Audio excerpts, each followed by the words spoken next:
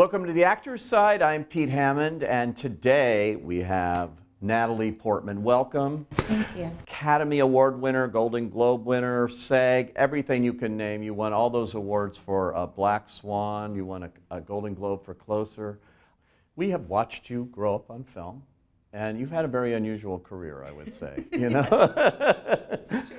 You know, I talk to a lot of actors, and I always wanted to be an actor, and I just did this, and I was going to act and act. And you know, right in the middle of it, you just went off to school and college and studied philosophy and everything but acting, I think. And at the same time, you're making Star Wars. So this is different. Yeah. What is your motivation now in terms of your acting career, having done it for so long? You know? Well, I guess I've finally come to accept that I love it. I think I think I came from a family that was like very serious and very academic and not in movies at all, and were always kind of urging me to like, this is cute now, but like find something, you know, respectable, right. you know. It's nice you got that Oscar, yeah. but so I think that I had this thing always that I like had to do something serious with my life, and it took me a while to come to terms with the fact that I really love this, and it does feel serious to me in a way. Like I feel like my job is to consider other people's lives, and that I'm practicing empathy with everything that I do, and hopefully that's what audiences do too when they sit and care about another human being for a few hours, and someone that they might never meet in their own life. And it has a lot of meaning for me, and I just love it. And sometimes that's also excuse enough, even if it's not like even if it's not meaningful, if you just have pleasure and joy in it. So I think that's what I seek, and that's what I look for, and it's not like a career master plan. I obviously don't have one of those. If you look at like what films I've made, it's like you can't really be like, that's the type of stuff she does or whatever. There is no rhyme or reason to it. I mean, you can do Star Wars movies and Thor, and then you can go do A Tale of Love and Darkness, which you directed, your feature direct, which I saw over a year ago in Cannes, and it was just like extraordinary little movie there that you did, that you could see you put your heart and soul into. So you do the independent, and you do these bigger things. So what is it that makes you want to do? Well, I feel like it's always seeking something, and sometimes it's to have fun, and sometimes it's because there's a person I'm interested in, or sometimes it's a genre that I don't really understand and I'd like to get a glimpse into it, and sometimes it's the story in my heart that I've been dying to tell my whole life, you know. And there's a range, and I also love working, so I'm not also someone who I think could like sit around and be like, I'm going to wait for the exact perfect, like perfectly curated, like I like doing it. So when an opportunity arises that's interesting and feels like it'll take me on a new adventure, I want to go. There's a lot of buzz now for your new movie, Jackie, which is extraordinary, I think. I saw the picture, and I was trying to think in your career where you have played such an iconic person that we all know, and the only one I could think of was Natalie Portman in Zoolander. This was a little bit different for you to play this kind of a role, real life. Absolutely. Yeah. It wasn't anything in my comfort zone, for sure. I was pretty terrified. To have someone that people know so well, you have to achieve such a level of closeness to the real person for them to even go with you on the emotional journey, you know, right away. You have to kind of like buy people's belief within the first 10 seconds of them seeing you, or they're gonna kind of, you know, just not go on the journey. So it's pretty terrifying, and she's a fascinating character. Yeah, you know, you played Anne Boleyn, but most people aren't gonna like. Oh, no knew how she talked. Yeah, anything like this. But here, man, you really nail the accent. Thank you. But I have to say, I didn't look at this performance, and I told your director, Pablo Larraín, I used the word haunting. This is a very haunting performance because it's not an imitation.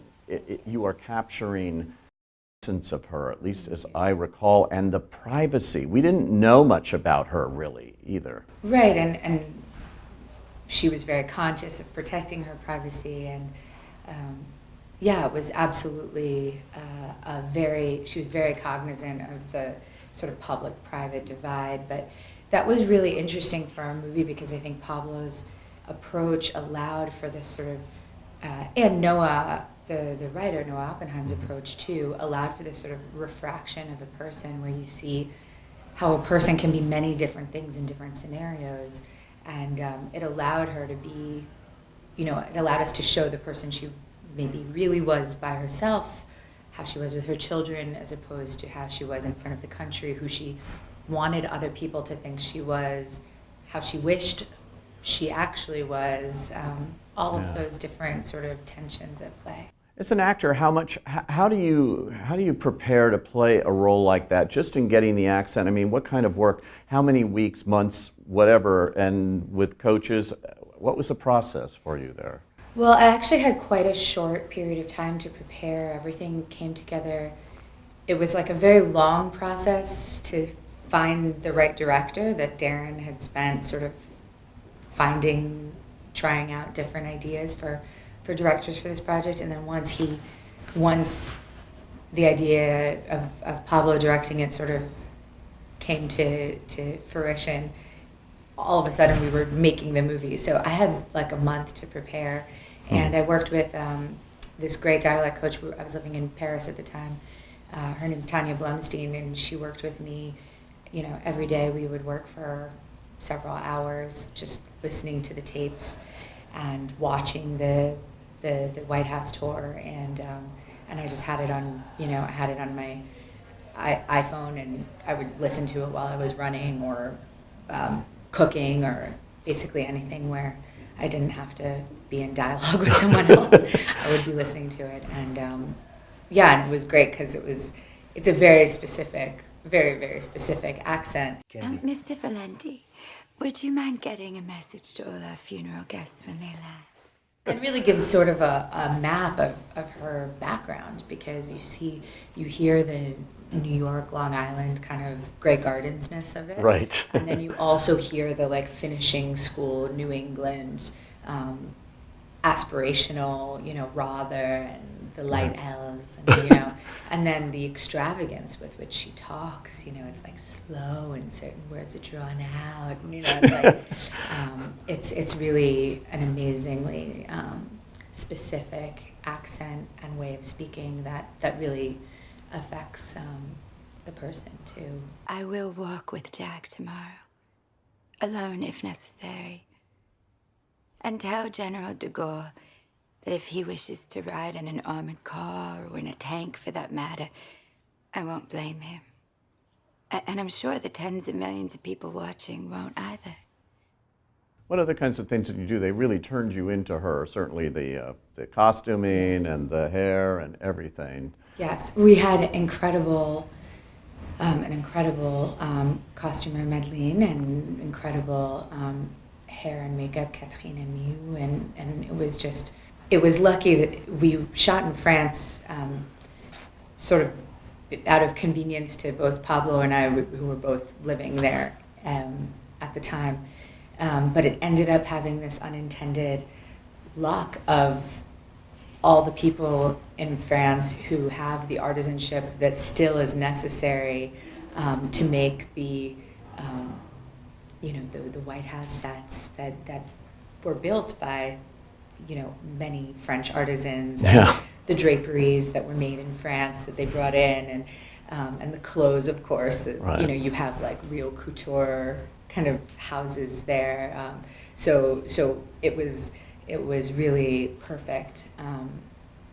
Perfect circumstances, and it helps so much, of course, when all of a sudden you look in the mirror and you're like, okay, maybe this will help sell that I'm this person who I'm not, to an audience who knows exactly what this character looks like. I did want to ask you one more thing about Thor and Star Wars. That's a whole other thing, when as an actor, you suddenly, I think, take on a different responsibility when you're doing these kinds of movies, that fan base, Yes. can be lethal or they can be great, right? It's amazing to get to make movies that becomes part of so many people's imaginations, because it really is so widespread. And now having a little boy too, you really see how much this becomes a part of play and imagination and your internal life as a kid.